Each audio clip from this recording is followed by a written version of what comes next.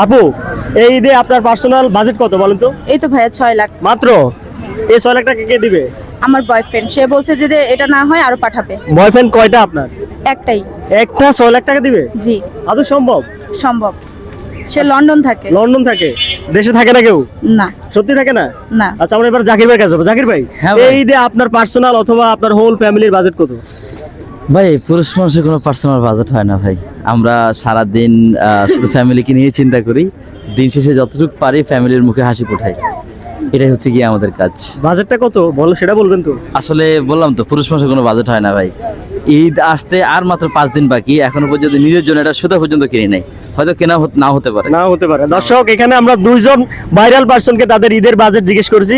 এসে একজন ছিলেন আমাদের ভাইরাল ইসরাত আপু, উনি বলেছেন 6 লাখ টাকা ওনার বয়ফ্রেন্ড ওনাকে দিবে। কিন্তু অপোজিট সাইডে আমরা দেখেছি ভাইরাল জাকির ভাই, এদের টানা 1 বছর যাবত কেক তিরামিসু বিক্রি করে লক্ষ লক্ষ টাকা ইনকাম করছে। তারপরও ওনার এই ঈদে কোনো বাজেট নেই। উনি যেহেতু পুরুষ, ওনার ফ্যামিলি আছে, ওই ফ্যামিলির কথা চিন্তা করে উনি কিন্তু ওনার নিজের জন্য কোনো বাজেট ধরা নাই। বাকিটা আপনাদের উপর ছেড়ে দিলাম।